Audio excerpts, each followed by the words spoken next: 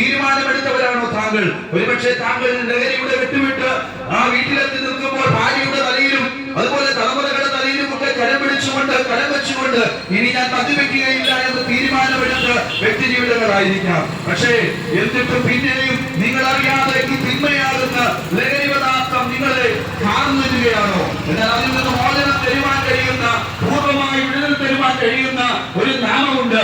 ഈ നിൽക്കുന്ന ഞങ്ങളൊക്കെ പലവിധമായ ലഹരി പദാർത്ഥങ്ങൾ ഒരു കാലത്ത് അടിമപ്പെട്ടവരായിരുന്നു. ഞങ്ങൾ കുടുംബത്തിൽ സ്വസ്ഥത നഷ്ടപ്പെട്ട അനുഭവത്തിലൂടെ കടന്നുപോയവരായിരുന്നു. എന്നാൽ ഞങ്ങൾക്ക് സ്വസ്ഥത വന്ന ലഹരിയുടെ ആസക്തിയിൽ നിന്ന് ഞങ്ങളെ വിടുവിച്ച ഒരു സന്ദേശമുണ്ട്, ഒരു നല്ല വാർത്തയുണ്ട്. ആ വാർത്തയാണ് ഇന്ന് നിങ്ങൾ കേട്ടുകൊണ്ടിരിക്കുന്ന സുവിശേഷം എന്ന് പറയുന്നത്. അപ്പോൾ താങ്കൾ ചോദിക്കും, എന്താണ് സുവിശേഷം? സുവിശേഷം എന്ന് പറയുന്നത് ദാവീദിന്റെ സന്തതിയായി ജനിച്ച് ഈ ഭൂമിയിൽ 33